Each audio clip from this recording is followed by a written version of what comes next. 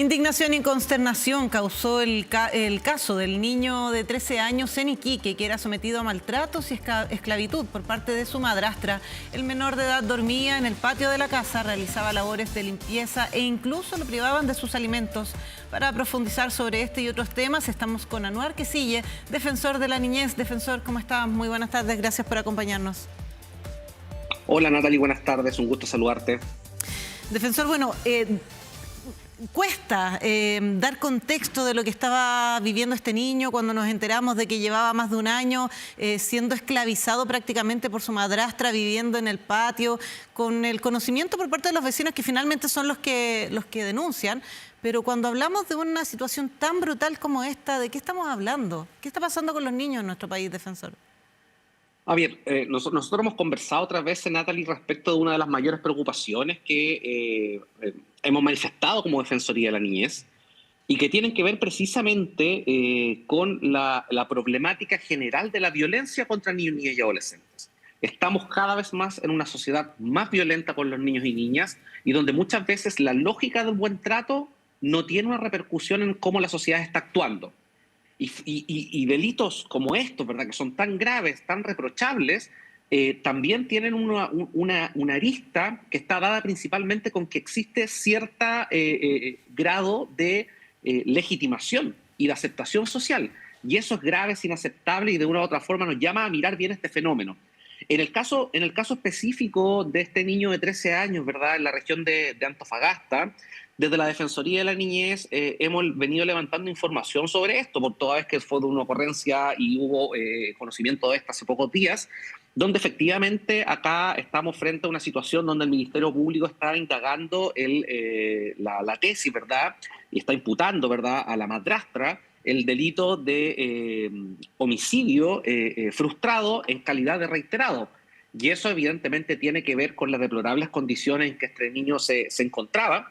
Y para eso nosotros hemos estado en contacto con el Ministerio Público, particularmente con la Unidad de Atención a Víctimas y Testigos, para precisamente ver de qué forma se está procediendo a una atención que sea adecuada para este niño. No hay que olvidar que acá también esta situación se da porque antes de que esto se sepa, hubo una decisión de un tribunal de familia que determinó que era razonable y era procedente que la madrastra de este niño quedara con el cuidado personal.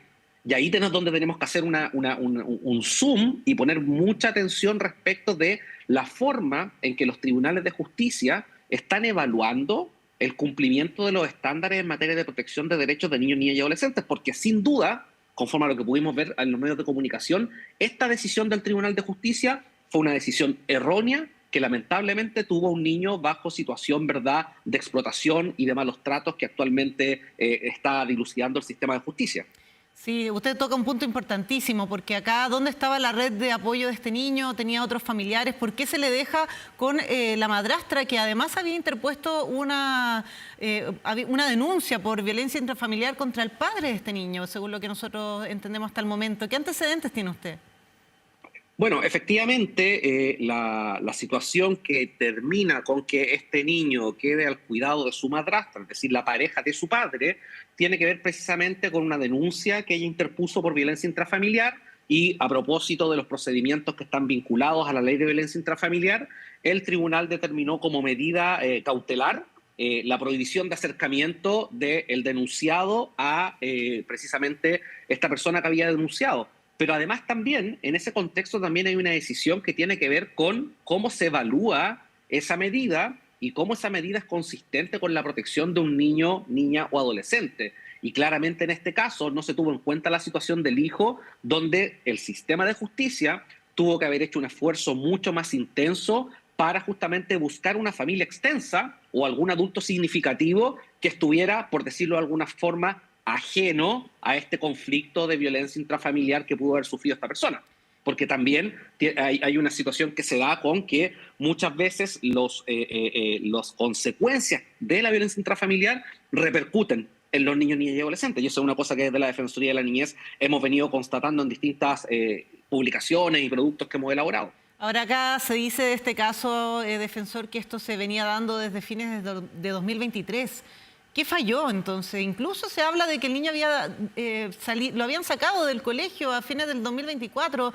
¿Qué pasó? ¿Cómo pasó tanto tiempo sin que esto se detectara hasta que una mujer se decidió a denunciar? ¿Qué pasó, por ejemplo, con el colegio?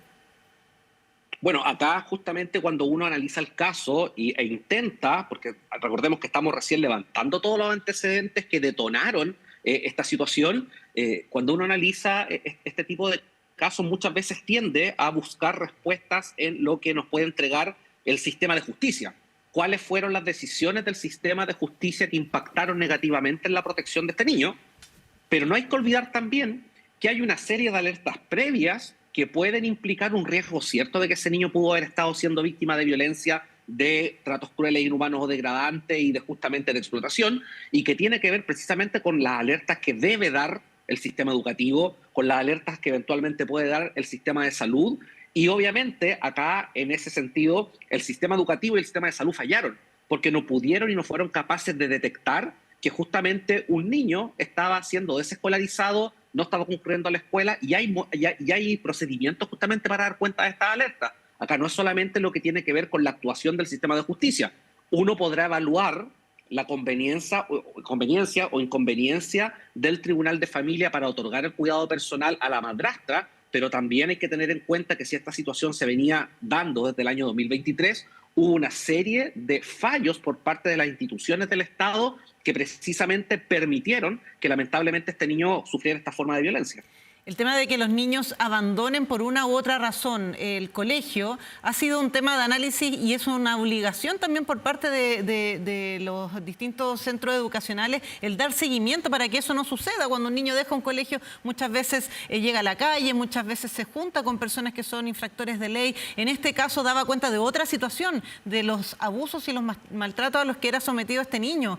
Se va a iniciar también ahí una acción en contra, o por lo menos de investigación en contra de este centro educativo, si es que alertó, si es que activó las alarmas en noviembre de 2024, cuando según los antecedentes que se conocen hasta ahora, este niño fue sacado del sistema escolar?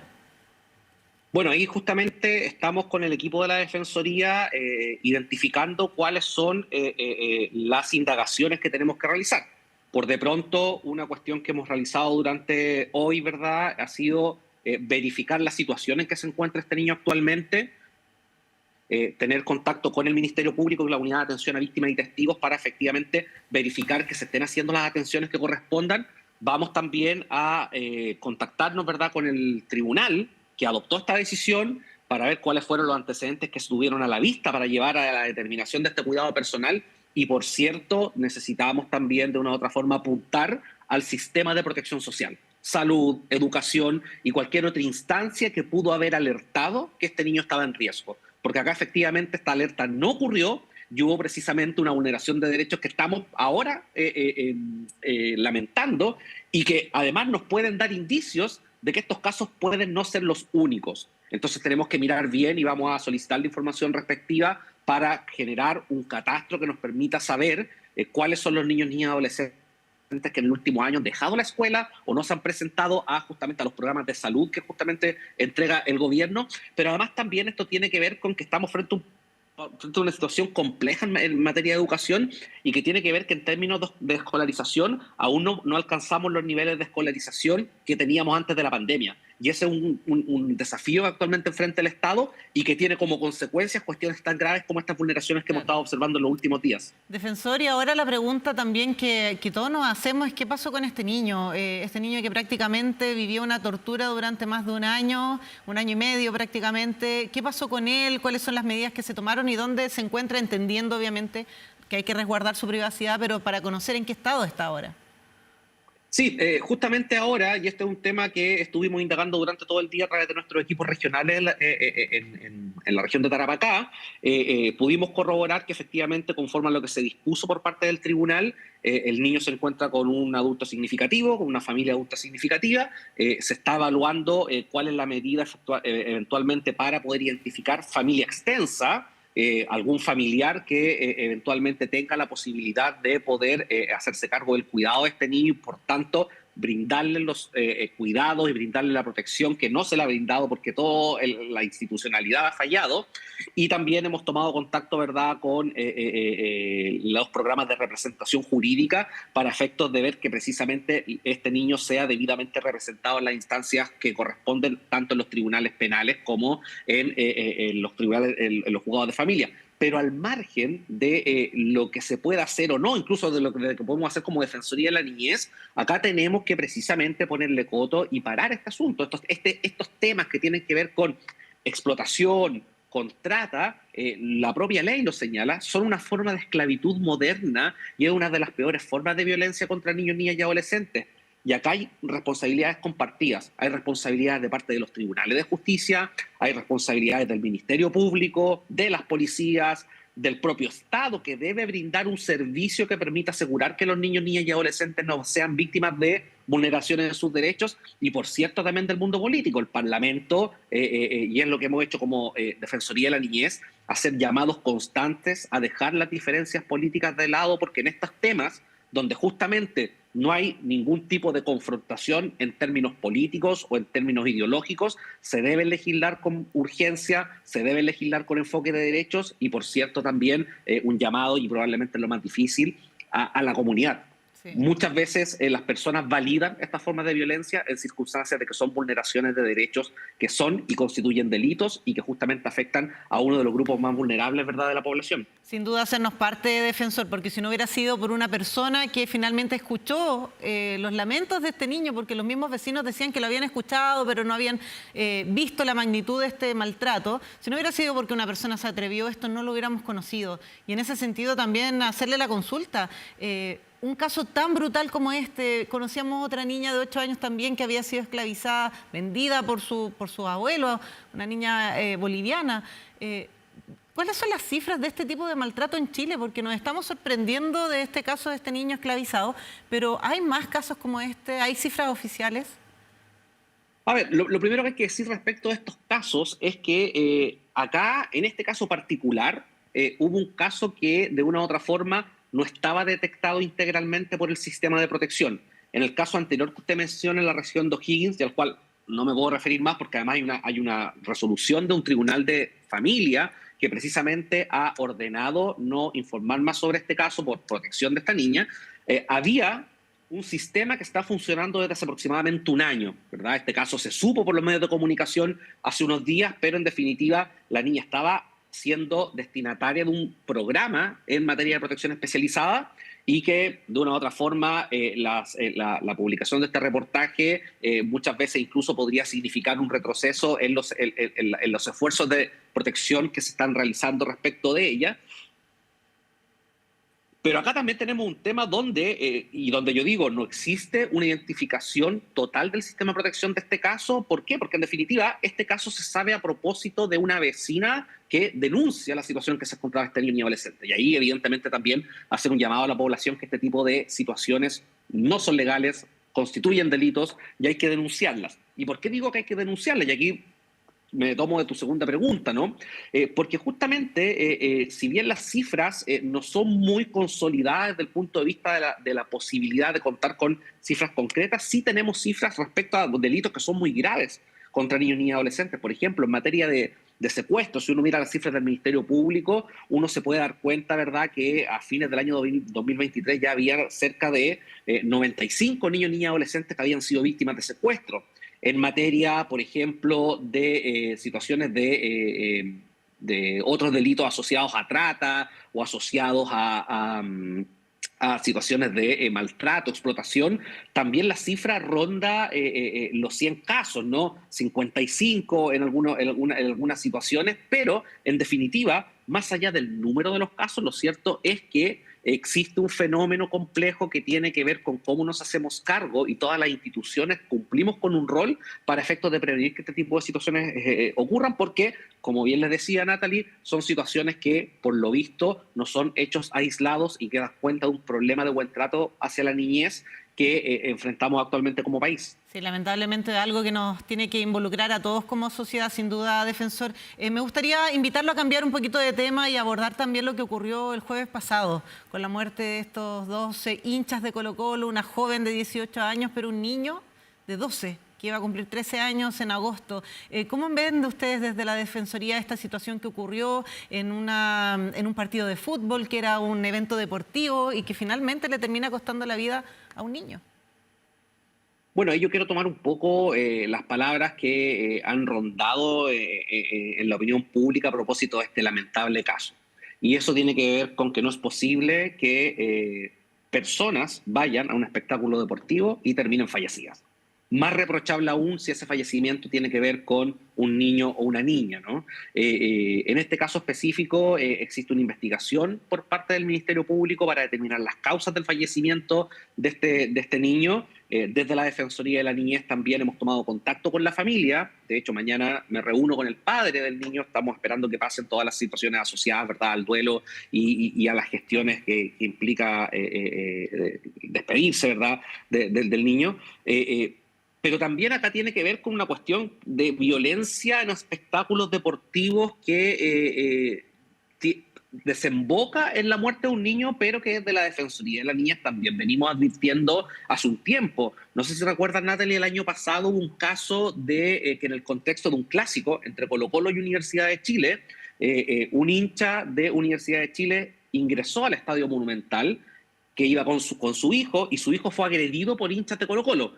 En ese caso, por ejemplo, nosotros oficiamos al Club Social y Deportivo Colo-Colo para efectos de saber cuáles son los protocolos de seguridad que tienen para resguardar los derechos de niños, niñas y adolescentes, porque veíamos que había un problema de seguridad. Bueno, hasta el día de hoy no hemos recibido respuesta del club y creemos que los clubes no cuentan con los protocolos efectivos. Otra cosa distinta es la determinación de la muerte de este niño, donde efectivamente las instituciones responsables, hay una coordinación también con el Instituto Nacional de Derechos Humanos, van a poder determinar, y ahí nosotros identificaremos qué acciones podemos interponer tanto en lo administrativo como eventualmente en lo judicial, en caso de que existan funcionarios públicos de orden y seguridad que hayan actuado con alguna intencionalidad que haga que esto sea constitutivo de delito. Pero como te digo, es una información que estamos recabando aún y que mañana seguramente vamos a tener mayores resultados. ¿Y se debería evaluar ahí el protocolo de ingreso de menores de edad a eventos deportivos? Por ejemplo, que siempre un niño vaya acompañado de su tutor legal, sea su papá, sea su abuelo, su tía, quien sea legalmente responsable. ¿Debería evaluarse quizás una medida de ese tipo, considerando que ojalá esto no pasara, pero estamos viendo cómo también grupos delictuales se están metiendo entre medio de la hinchada de equipos de fútbol? Bueno, justamente nos reunimos con parte del equipo el viernes, ¿verdad? Habían pasado unas pocas horas desde que esto sucedió. Intentamos buscar experiencias comparadas que pudieran servir de base para justamente abordar de manera pertinente la situación de niños, niñas y adolescentes que ingresan a espectáculos deportivos. Y hay una serie de buenas prácticas, ¿no?, que van desde la acreditación de la compañía de algún adulto responsable o significativo, desde la acreditación de la identidad, o hasta situaciones que tienen que ver con zonas de resguardo para niños, niñas y adolescentes. Cualquiera de esas medidas hay que justamente implementarlas y ahí analizaremos la pertinencia y que se cumplan los estándares de protección de los derechos de niños, niñas y adolescentes. Ahora, también yo hago un llamado al mundo político, porque en definitiva, frente a esta situación, ha habido una serie de parlamentarios y parlamentarias que han salido, ¿verdad?, mostrando, ¿verdad?, lives o han grabado cuñas, ¿verdad?, en redes sociales para señalar la necesidad de poder atacar este problema de raíz. Este problema de raíz se viene manifestando y venimos dando cuenta de este problema de raíz desde hace años.